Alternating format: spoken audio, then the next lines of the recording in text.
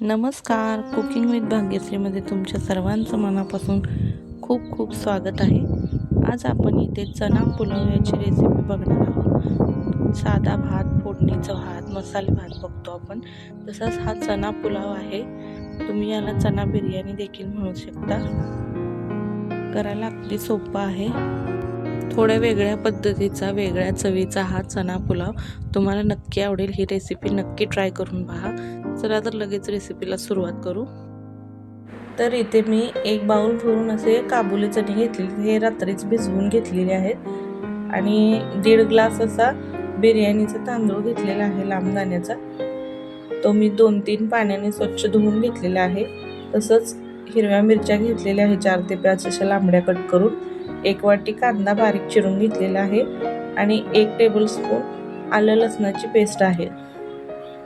आणि थोडेसे खडे मसाले लागणार आहेत, ते आपण फोडणी करताना दाखवते मी तुम्हाला.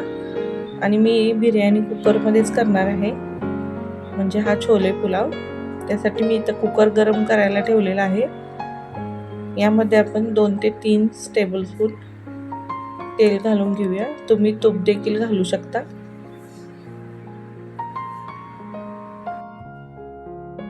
तेल छान गरम झालं की इथे आपण 1 चमचा जिरे घालून घेऊया.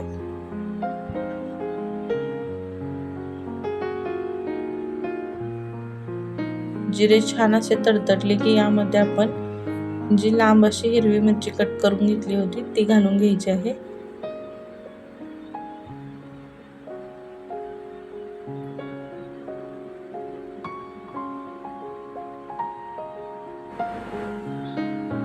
आता इथे आपण बारीक चिरलेला कांदा घालून घेऊ. कांदा छान असा सोनेरी रंगावर आपल्याला परतून घ्यायचा आहे. कांदा छान आता सोनेरी रंगावर परतून घ्यायचा आहे. आता यामध्ये मी थोडे खडे मसाले घालणार आहे.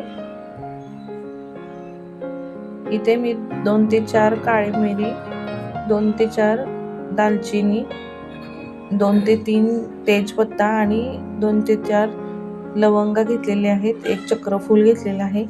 हे छान आपल्याला तेलामध्ये परतून घ्यायचे आहे. आता इथे आपण जी आलं लसणाची पेस्ट करून घेतलेली होती ती देखील घालून घेऊया.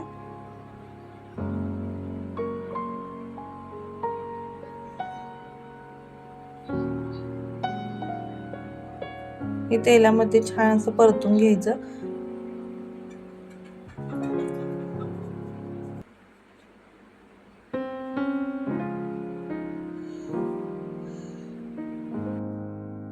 आता इथे सर्व मसाले घालून घेऊया.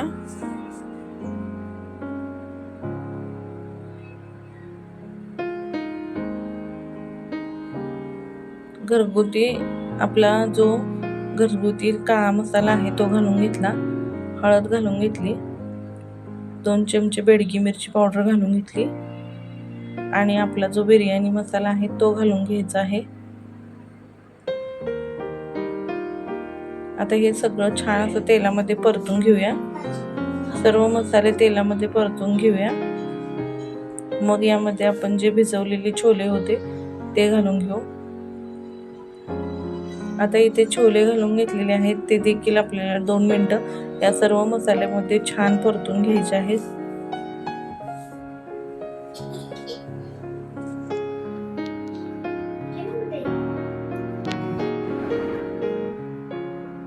आता हे सर्व छान एकसारखं परतून घेतले की यामध्ये आपण जो तांदूळ धुवून घेतलेला होता तो घालून घ्यायचा आहे.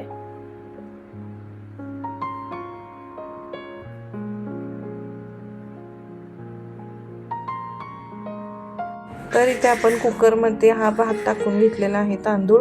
आणि हा तांदूळ तुम्हाला म्हटलं तसं मी 1.5 ग्लास होता, त्यासाठी आपल्याला इथं 1.5 पट पाणी ठेवायचं आहे. त्यामुळे मी इथं कोमट करून घेतलेलं पाणी घालणार आहे. त्यासाठी आपला पुलाव जो आहे एकदम सळसळीत आणि छान होणार आहे. त्यासाठी मी इथे 4.5 ग्लास पाणी वापरलेलं आहे. ते कोमट करून घेतलेलं आहे. आता हे आपण यामध्ये घालून घेऊ.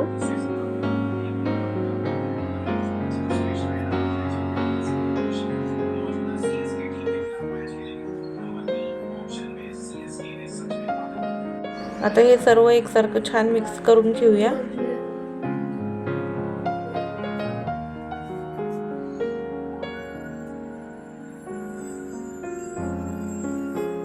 आता यात चवीनुसार मीठ घालून घेऊ.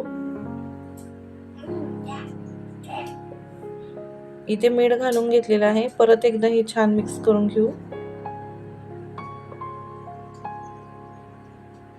तुम्ही इथे कोथिंबीर देखील टाकू शकता. आता गॅस लो टू मिडियम ठेवून मी इथे कुकरची एक शिट्टी काढून घेणार आहे. आता इथे आपला कुकर थंड करून घेतलेला आहे. चला तर तुम्हाला झाकण काढून भात चेक करून दाखवते. हे पहा, आतून एकदम गरमागरम आहे. वाफ कशी येते आणि भात एकदम छान मोकळा सळसळीत असं झालेला आहे आपला. तर तुम्ही इथे पाहू शकता आपला भात किती सळसळीत आणि मोकळा झालेला आहे. हे कुकर मध्ये करताना आपल्याला पाण्याचा अंदाज व्यवस्थित आला पाहिजे.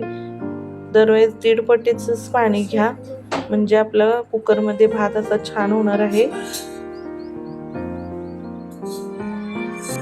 चला तर इथे मी लगेच सर्व करायला घेते. तुम्ही हा भात रायत्यासोबत, दह्यासोबत, ताकासोबत खाऊ शकता. खूपच अप्रतिम आणि छान लागतो हा छोले पुलाव. आणि यामध्ये आपण बिर्याणी मसाला वापरलेला आहे, त्यामुळे टेस्ट अगदी व्हेज बिर्याणी सारखी लागणार आहे. तांदूळ व्यवस्थित आपले छान शिजलेले आहेत. चणे देखील मस्त मऊ शिजलेले आहेत.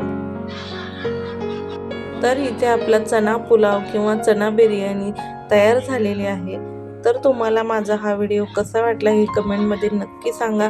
आणि तुम्ही देखील अशा प्रकारे हा चना पुलाव नक्की करून पहा. खूप सोपी आणि छान अशी रेसिपी आहे, तुम्हाला नक्की आवडेल. तर चला, माझा हा व्हिडिओ कसा वाटला, आवडला असेल तर एक लाईक नक्की करा. नवीन असाल आपल्या चॅनलवर तर चॅनलला सबस्क्राईब करायला विसरू नका. शेवटपर्यंत व्हिडिओ पाहत राहिल्याबद्दल तुमचे मनापासून खूप खूप आभार आहे. चला तर मग परत भेटू अशाच एका नवीन रेसिपी सोबत. तोपर्यंत सर्वांना धन्यवाद.